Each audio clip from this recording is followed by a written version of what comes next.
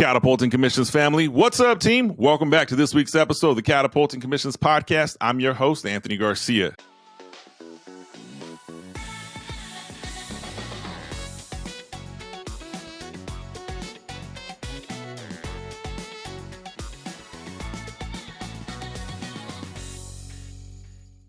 Here's the deal. We have taken this show going year 4, and we have expanded our footprint. We have guests that have come from all over the world, from China, Australia, Italy, Europe, South America. And today's guest comes from New Zealand. I'm super excited to spend some time with my friend, Sinjin Craner. Now, Sinjin, he's the founder of Agrarian, and it's a farming company. And I'm going to get all into the details about what Sinjin does. But here's the deal, Catapulting Commissions family. Sinjin's a sales guy. And you will hear through this conversation, we talk about often, industry agnostic, the psychology of sales and influencing people. It doesn't matter if it's farming, if it's software, if it's medical, if it's coaching. There's some cues in there, and that's what we're going to break down today. Sinjin, welcome to the show. Anthony, amazing intro. Thanks for that. I hope I live up to it. Thank you. Thanks for having me. Absolutely, no doubt. So give us a little rundown. So I know we talked before. Agrarian, did I pronounce it correctly? Yeah, exactly. Yeah, you've got it. Agrarian means the advancement of agricultural interests. So in New Zealand, particularly and Australia, very heavy export driven. So we produce maybe 95% of all the primary sector produce we produce is exported. So an agrarian economy, obviously in the States back in the old days, before Industrial Revolution, you were an agrarian based economy. So some people think agriculture and farming is a sunset industry. I think it's a sunrise industry because we all learned about food security during COVID, and food and farming is one constant we are very, very focused on.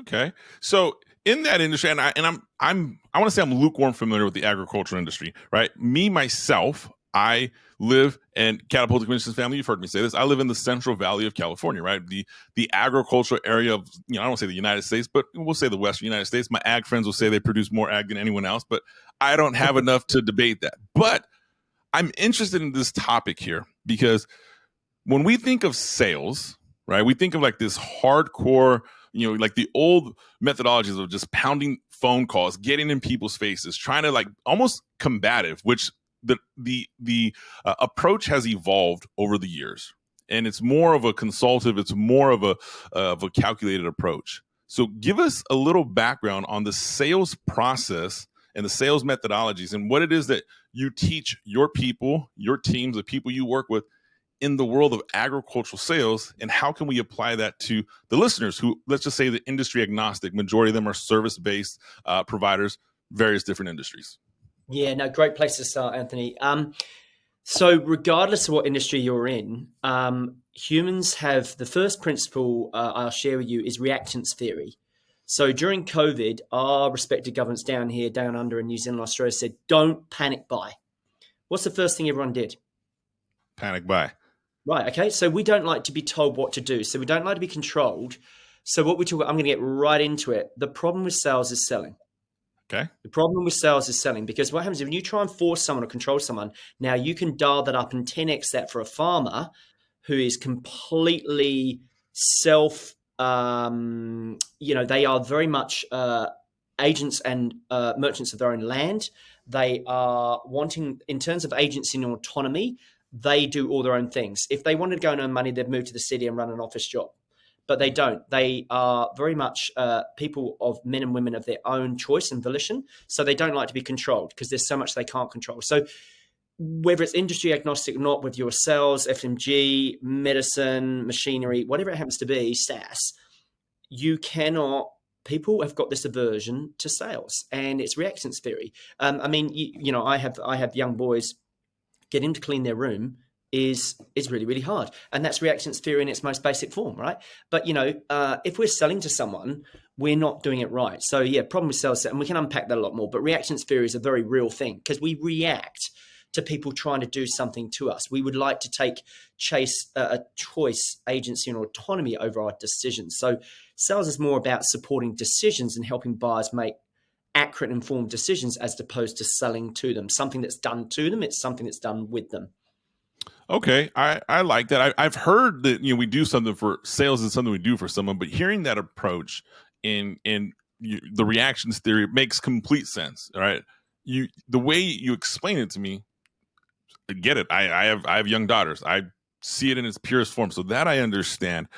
Where I think where I'd love to go with this is, let's take a look at companies, salespeople in general. When I say companies, I'm talking about the founder-led companies. I'm talking about the salespeople in these organizations that are making the sales calls, jumping on the Zoom calls, doing the prospecting. Knowing what we know, what you just shared right now about the reactions theory, and people don't like to be in a combative situation, right? Help us unpack here. Why do majority of these people struggle? Majority of the salespeople, the majority of the founders. I'm sure you've had colleagues that come to you. I've had clients that have come to me and like, hey, I spent $10,000 or $20,000 on advertising last month. We took X amount of calls and we broke even, or we lost money. We didn't convert, and we're struggling. Why do you see majority of these people fail? Yeah, great question. The reason most people fail is they don't believe in themselves. So, my man, that sales is not for the faint-hearted. It is hard work on the front line. You're going to face a lot of rejection. Again, back to the psych stuff. When we are rejected by people, that's the biological brain kicking in, right? Because we get kicked out of the cave and we get eaten by that saber-toothed tiger. We don't get a seat at the table. We don't find a mate. We don't get a food source. So getting rejected is the reason why people have an aversion to sales and that whole core reluctance. Why people generally fail at sales is they don't have a belief in themselves. So they don't carry a confidence and conviction in themselves, which the buyer's going to pick up on subconsciously or subliminally. So when you don't believe in yourself, and then and compound it in a bad way, when you don't believe in your product or service that you sell, you're going to really, really struggle. So that's the reason why most people sell. And I mean, again, without getting all David Goggins, although, we're reading his book here too on Never Finish. And I was piling through that this morning before the kids get up, because I love to read when it's quiet before the kids get up. This lack of desire, this lack of discipline, this lack of commitment, application, listening to your lovely lady at the CrossFit gym a couple of podcasts ago, she is focused, she's disciplined, she's going to get the job done. I don't know what the stats are, but I think it's something like a crazy amount. It's something like 67% of reps do not make quota, do not make target, but they're not willing to do anything about it. So they don't apply themselves. They don't train all the time. They do intensity, which we'll talk about, rather than consistency. So there's a lot around the belief of yourself. And the most importantly, because we're here to talk about in psychology a lot, is psychology of self. So if you don't understand yourself, and then you don't understand and believe in your product, then you're not going to sell. So this is why so many people fail, because they don't start with themselves and they don't understand the basics of psychology. And all sales success, as you know, Anthony, starts with yourself. Yeah, hearing you say it makes sense. It makes sense to me. Sure, it makes sense to you. And pushing yourself, right? And you're referencing the podcast with Jennifer Wright, Catapulting Commissions Family. Great episode. Go ahead and check that out. But she talks about it in high performers in athletics. I look at that, right? So right now, my daughter's a highly competitive martial artist, really young age, 13 years old. And if you get a chance to follow my Instagram stories, like I've had people like, I can't believe you're doing this to your daughter. I'm like, she's doing it. You're scared of her already. Yeah, I'm just like, hey, man, I'm just making sure she doesn't die along the way. I'm giving her some water and making sure she stays in her weight class. But what I see from these athletes is they push themselves. They start at such a young age. They don't know any better. Like they're like, oh, I'm just going to step out and become vulnerable. And I'm going to try to do my best, right? So right now, I look at my daughter. She's trying to advance to represent Team USA for Taekwondo. In her opinion, right, she's going all the way. Chance of failure exists. She gets it, but it doesn't hold her back. Somewhere along that line, we lose this inner child in us. We become adults. We go into the world of business or the or the workspace, and we have to go sell something. And we're like, man, they're going to tell me no. They're going to tell me to get out of here. They're going to reject me. And it becomes a me-focused feeling. So to hear you say we start with ourself, I love that. So if we start with ourself in business or in sales, how do I prepare myself or mentally prepare myself or spiritually or whatever it takes to take that first step into sales? And if I'm an owner of a company, how do I instill that into my people? Yeah, look, I mean, it all comes down to belief, right? Because I think Dan Pink talked about buoyancy of belief in his To Sell Is Human, that book. And I really, really believe in that, is that if you don't believe in yourself and what you're selling, you shouldn't be selling it. End of story. If you don't believe you have a product that you can point to with proof and truth that it works, you shouldn't be selling that product or service. So your belief, your conviction, your confidence that you carry in your conversations, in your character, come from the fact that you have a highly effective product or service that can improve the condition of your customer. In my world, in my tribe, in the sector that I serve, yield, production, water use efficiency, milk solids, live weight gain on sheep, and everything else. These are all things that need to occur for them to see that there is a value proposition, to see that there's a outcome. So yeah, for me, everyone's on a different journey. Everyone's wired differently, Anthony. But ultimately, you've got to really understand yourself and your mental game, and we can get into that a bit more because, let's pull back to Jennifer and the whole sort of athletics thing and your daughter, is the way your daughter's going to exceed is not through physical parity, but it's the mental edge. Right. So, this is why psychology is a sales superpower, because you can do all the training and, you've got wonderful resources like this podcast, and you're a student of sales, you're a lifelong learner. But if you cannot look after your mind and make yourself mentally fit and mentally strong with all the rejection, which you shouldn't be taking personally, because if you believe in your product, it doesn't touch you, right? Because a no is, well, that's okay. It wasn't the right fit, but let's go find another one, because your product can improve your client's condition. See, belief is everything. If you don't believe in yourself, you're going to get knocked down pretty damn quick. And you carry that belief from the preparation that you do, the planning that you do, because I always talk about 4 Ps, and this isn't sort of Kotler. This is, you basically plan and prepare to profit and perform. So if you plan and prepare, you will profit and you will perform. And you've got to be ready. And it's like an event. You don't turn up and go, oh, I wish I'd done less training. You just need to do everything you possibly can to give yourself the biggest chance of success. Oh man, yeah, it is a psychological thing. It is so mental, and it's you look at the athletes, right? I mean, I Kobe Bryant for me. I'm from Los Angeles area. I've been a Kobe Bryant fan my whole life, but it wasn't until his death that I started really like following and learning more and more about his work ethic. And you're looking at his work ethic, and you're like, oh man, it's like for people that didn't like you, yeah, you were kind of rough on the court. But to understand your work ethic, I gotta be honest with you. If I'm the CEO of a Fortune 500 company and I gotta pick my first mule to come help me, I'm taking that guy because mentally stronger than anyone else around him. So all right. So interesting. Sorry to jump in, but I think this is where this is something that's really useful for the listeners.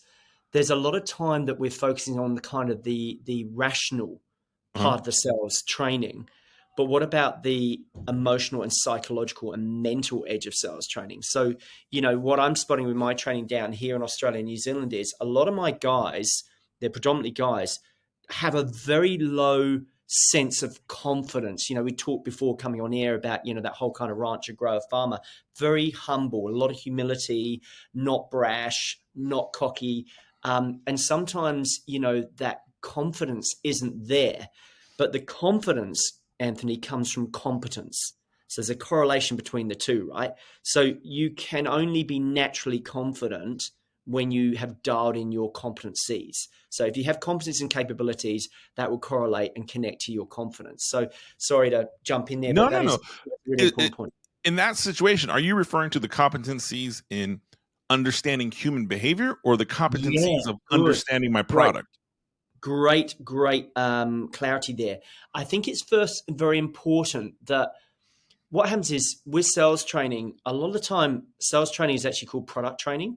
And actually, I can't remember whether it's Kotler or whoever that said, you need to be more obsessed by your prospect than your product.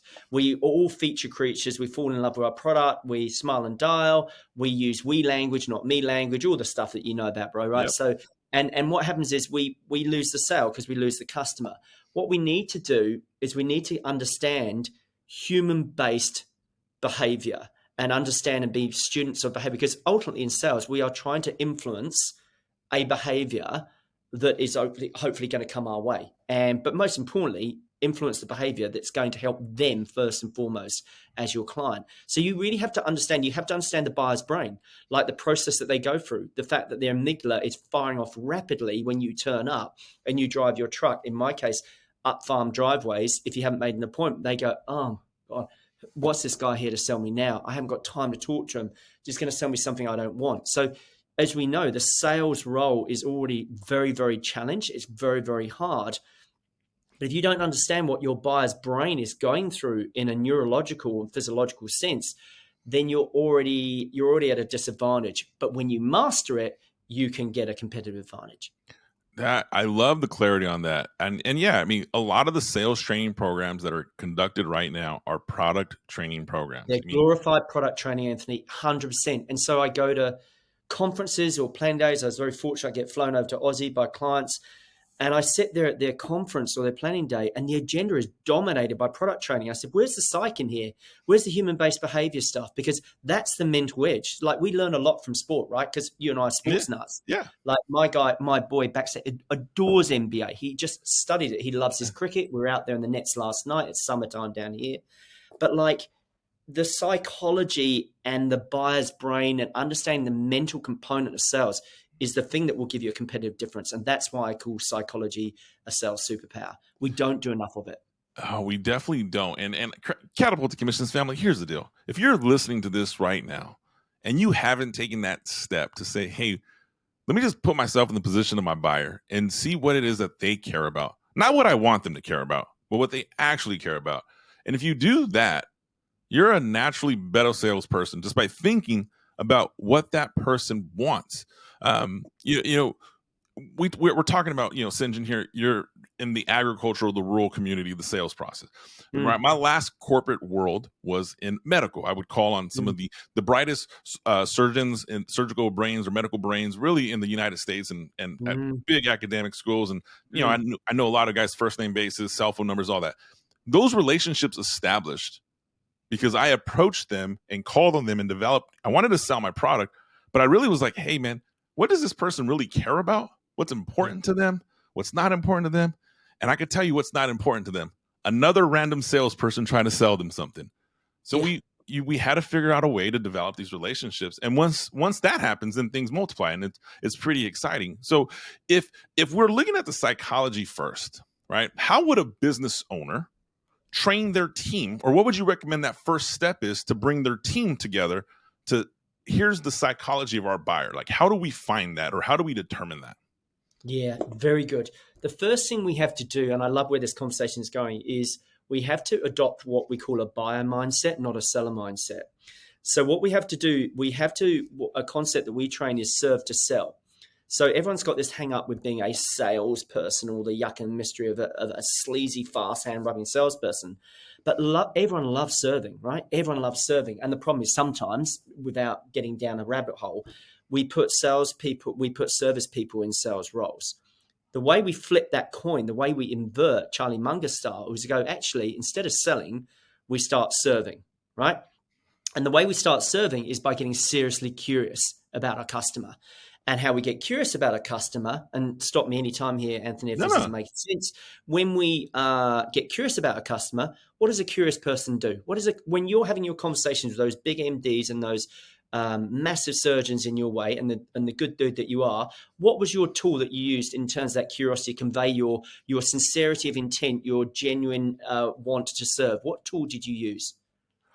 I mean, the tool I used was really the human connection. And the thing that I knew, how I connected myself to them, was I knew this person, this medical professional, cared about the outcomes and the well-being of their patients.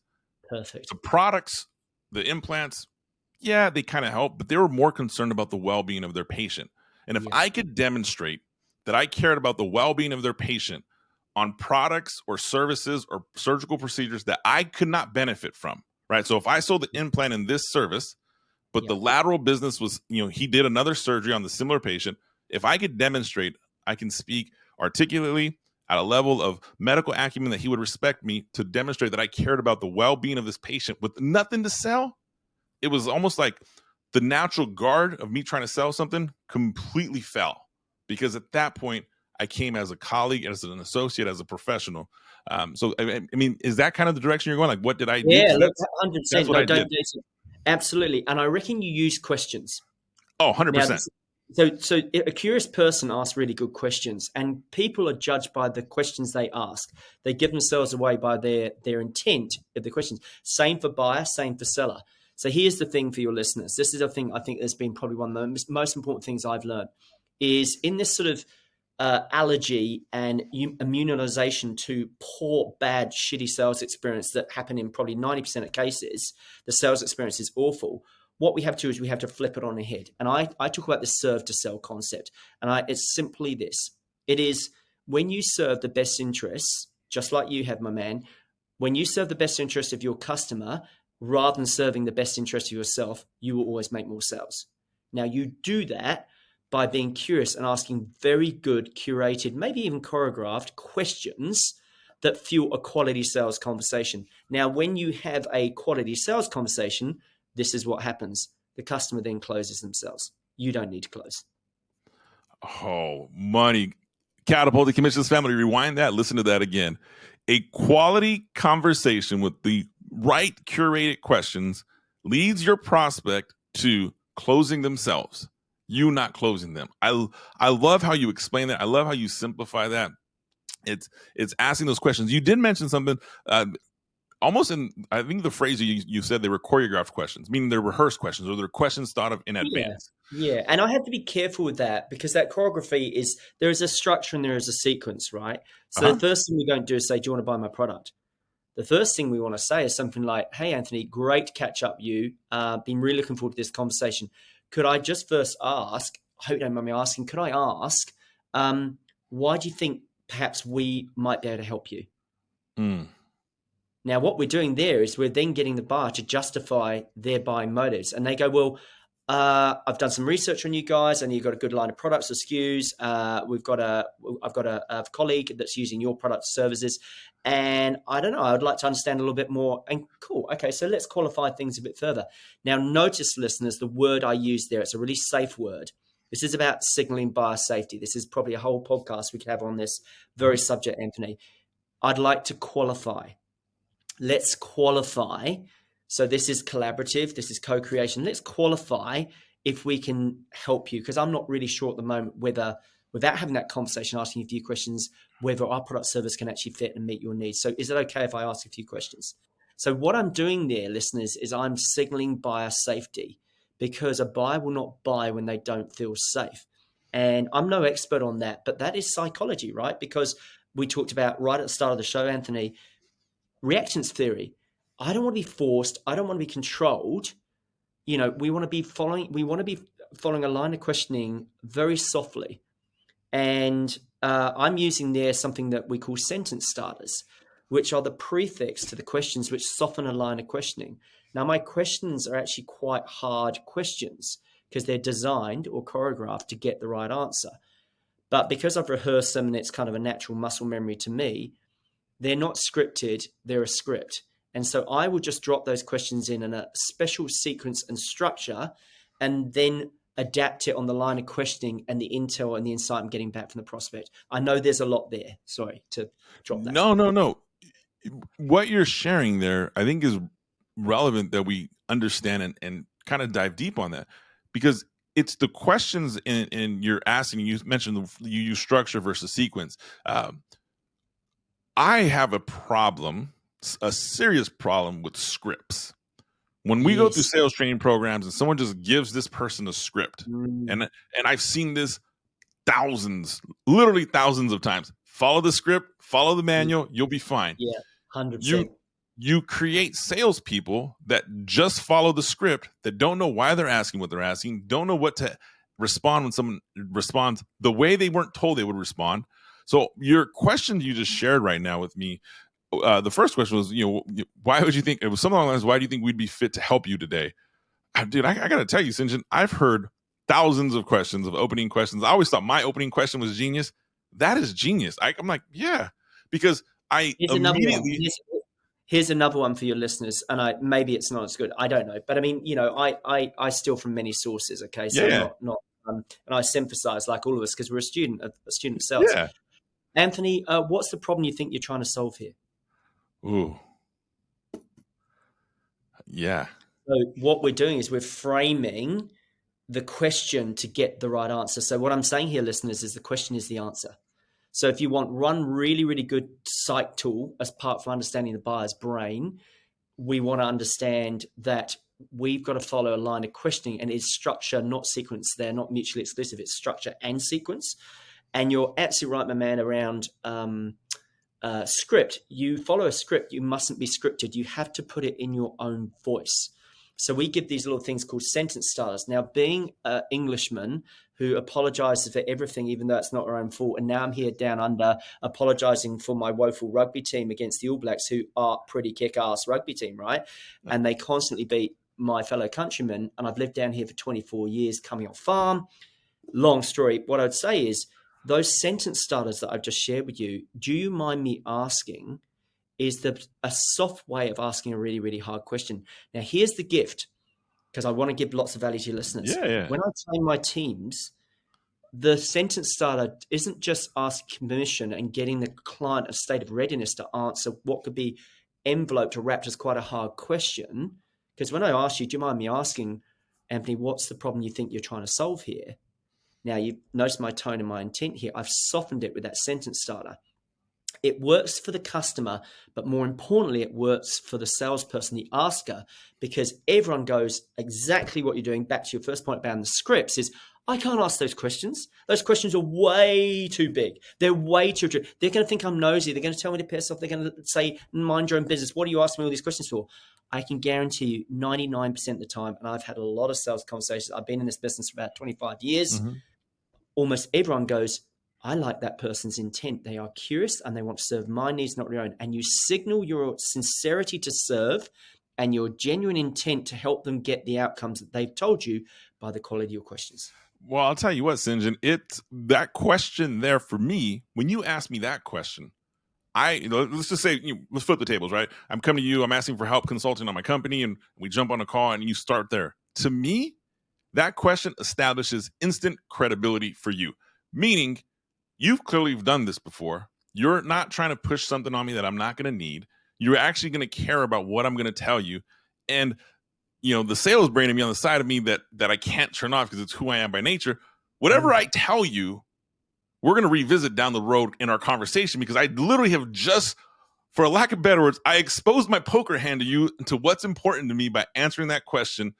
And a great salesperson will carry that, put it in their data bank, and have the conversation about that over and over again. I think it's genius, man. Yeah. It's an anchor point, right? It's an anchor point. And it's very, very important, where we're doing gap selling, and we might say, well, where are you at now? And where would you like to be? And here's another, I'm going to give you all my tips and tricks, because I'm buddy. I say, so what we say is, imagine we were sitting down 12 months from now, what would a good result look like for you?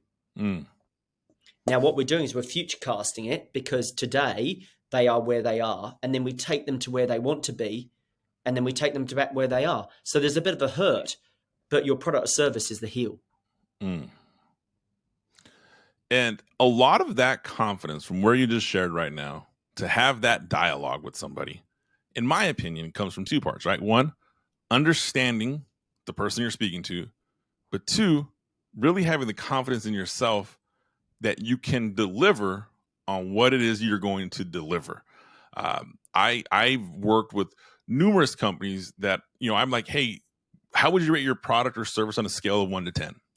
And if the owner of the company doesn't tell me 10 plus, I immediately say, until that number is 10 plus, you could pay me $1 million in the world. You could pay me $1 million every month. I can't fix that issue until you believe that issue. So to hear you say that, I love it, because everything you just shared right now and how we're breaking this down here today has nothing to do with the color or the bells and whistles or the features and benefits of the product. It's just my confidence that I can solve your problem, and two, you, the consumer, knowing that I care about your problem. You got it, mate. And how we sum it up as well in this part of the show is that your confidence is dialed in by those competencies and those capabilities. I always say there's a correlation between confidence and competence.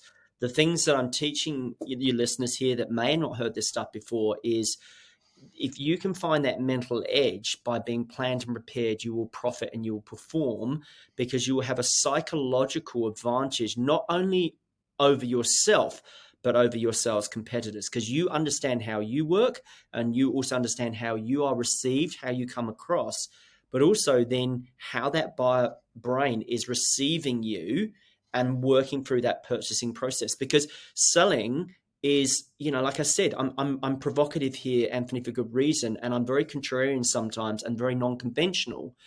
Is the problem with sales is selling. We adopt a seller mindset, not a buyer mindset. We serve our own needs rather than the needs of our customers. This seems so simple to me and straightforward and common sense, but I have to say it all the time. And so what we have to do is we have to really understand what that buyer wants. And so some of the questions I share with you is a mechanism for doing that. Well, I'll tell you what, St. John, the skills that you've developed and that you're training right now, right? You train rural sales teams. You specialize in an industry that if you know about the ag industry, you're like, man, that's a great industry. If you don't, you're like, oh, I didn't even realize that's a place where people. That's a thing. Yeah, it's a thing, right? So, but nonetheless, what we shared today, industry agnostic, right? If you're a small business, a small entrepreneur, or if you're the VP of sales of the largest conglomerate, we shared literally the skills that can make a significant growth, no pun intended, catapult someone's commissions by simply knowing the dialogue to have. So I love that feedback. St. John, we got a few minutes left here. Can you give us some insight, right? What's how does someone get a hold of you? What is like the last founding thoughts you want to leave our audience with today? I would say, I'll give you one piece of, I've given you the advice really, is just become a student of human behavior. If you want to get a sales advantage, if you want a serious competitive advantage, you need to understand psychology. It is a sales superpower. And you're absolutely right, Anthony, my man. It is universally applicable against industry. I help farm machinery, tractors, headers, chaser bins, genetics, feed, fertilizer, all that kind of stuff, agronomists and all the rest of it, but it's applicable everywhere. If you want to have a serious competitive advantage, you need to study human behavior and understand human psychology, because we have to influence, we have to persuade. That would be my parting thought. If people want to get hold of me or they like what I'm rattling on about, they can reach out to me on LinkedIn. I think Anthony will chuck the LinkedIn in the show notes. If people want to connect me, I write a lot of articles there. And then if anyone is in the rural space or the agricultural agribusiness space, or even if they're not and they want to understand more around psychology of sales, I've written my own book. It's a free ebook that you can get for your Catapulting Commission listeners. I've chucked it on Amazon, but you can have it for free. And you go to Rural Sales Success. So that's rural, RURAL, salessuccess.com. One simple URL. Everything you want there. There's an ebook. If you want to listen to my podcast, if you want to join my email group, my Facebook group, it's all there, my man. And I'm happy to be generous and share any of those tools or resources with your listeners. Well, St. John, I appreciate it.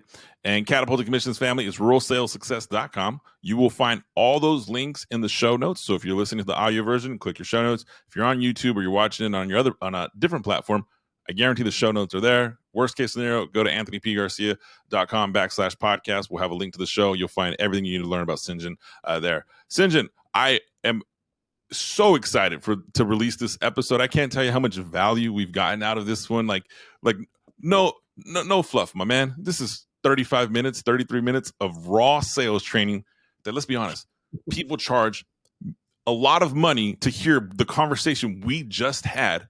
And we're giving it away for free, man. And I'm excited. The reason I love podcasting is I get to connect with guys like you, or let's say people like you. I want to be, appropriate to my female guests in the show. But it's just, we learn and we grow so much from sharing stuff. So I appreciate that, man. I wish you abundant success.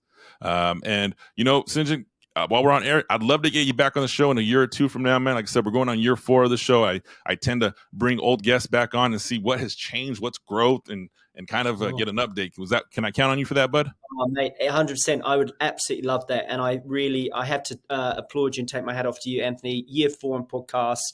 guys like you give me a good kick up the arse to motivate me to get my podcast out, which I'm doing. And I'd love to get you on the show and you can rain some gold as well. But yeah, always a privilege. And I love jamming with like-minded individuals like yourself. Isn't it awesome in this world today? Here you are in Bakersfield, LA, north of LA. I'm in Havelock North on the east coast of New Zealand on the North Island. We've jammed. We've had a really good chat. Yeah, absolutely, man. And I love the podcast and appreciate the feedback on that. And I will definitely share the links to all of that, plus your podcast, and I'd love to be a guest on it. Catapulting Commissions family, it's that time of the show. You know what to do. Do me a favor, go smash that like button. Be sure to subscribe. Shoot me a DM. Let me know your thoughts. Let me know how what you took today, what was the takeaways, what questions you have for Sinjin, and feel free to reach out, connect with him, go download the book. So we'll end on that. You guys know what to do. I love you, and I'll see you all next week.